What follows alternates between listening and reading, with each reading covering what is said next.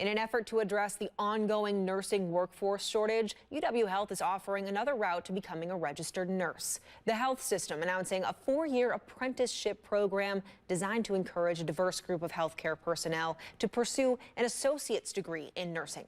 Now, that degree will make those individuals eligible to take the board exam and become a registered nurse.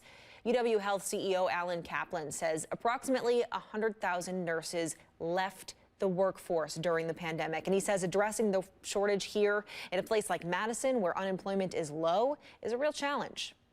That's why we're creating a program that offers a pathway for people to pursue a career they'll love. And we're creating an environment that supports them at the earliest stage of their career so they can be successful. UW Health says the program will provide apprentices tuition, books, supplies, as well as full-time salaries and benefits.